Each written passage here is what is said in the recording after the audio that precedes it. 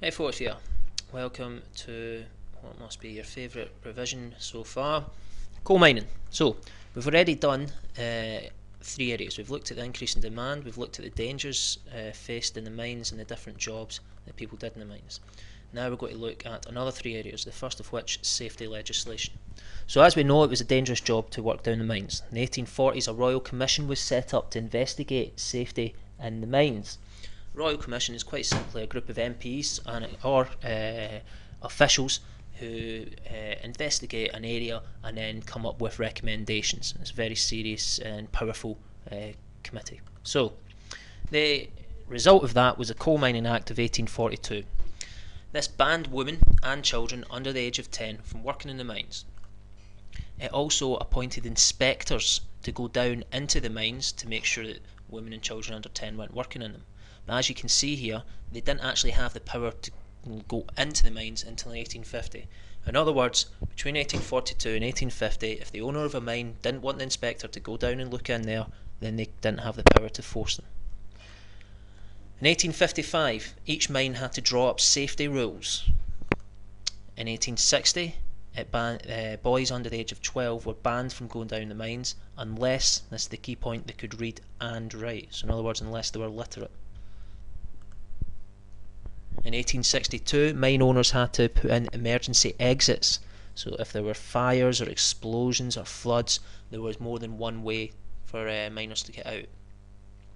In 1909, an 8-hour day was established by law. In other words, you couldn't go down the mines and work for longer than 8 hours.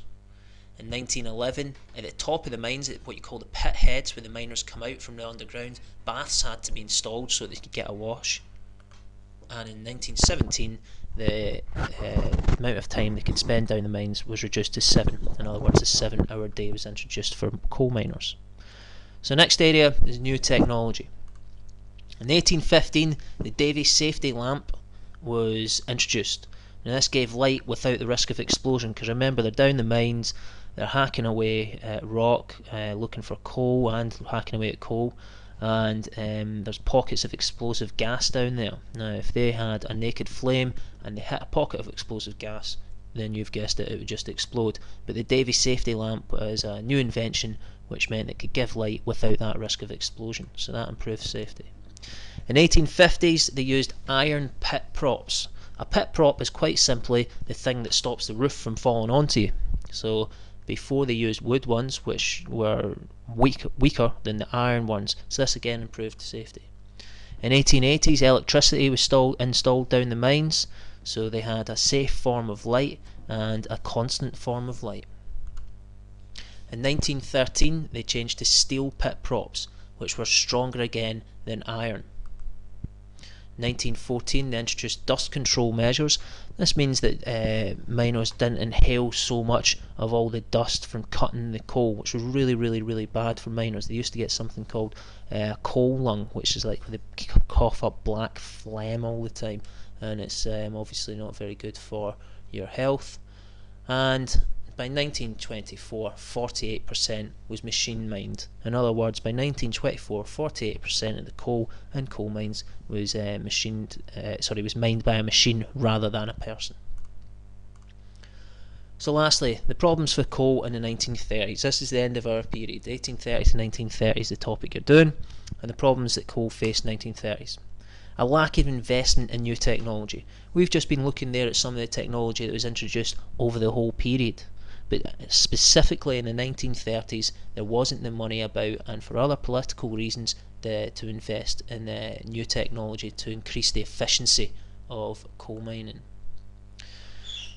Poland and Germany could produce coal cheaper and dig it out cheaper, etc., and import it into Britain. So this cheap coal from Poland and Britain caused a problem for British coal, because British coal cost more. So therefore, people opted to buy from Poland and Germany. They also now had new fuel like oil. Oil was a much cleaner fuel and a little bit cheaper at the time, so and more versatile as well. So it had problems with competition for heating sources, for making things move. For instance, at the beginning of the motor car, diesel engines, etc., etc., all used oil instead of coal. So that created problems for coal, and less coal was needed in the steel industry. The steel industry was one of the big users of coal previously, and in the 1930s demand for coal from this industry declined. So these are just some 4 of the problems that coal faced by the 1930s, and you could say that it declined from the middle of the height of the 19th century being king coal. In other words, everything's used for coal, everything uses coal. It's in great demand, as we've seen from a previous revision, from a revision session. It's now turned into less in demand, and that'll do. Okay, so make sure you copy out each of the diagrams and then you study them. It's really important that you study them. Okay, listen to the pig on the website if you need to, and then answer the questions, and make sure that you've studied for your test, which if you're in 4C you'll be getting on the Wednesday, and if you're in 4D you'll be getting on the Thursday. Okay, bye.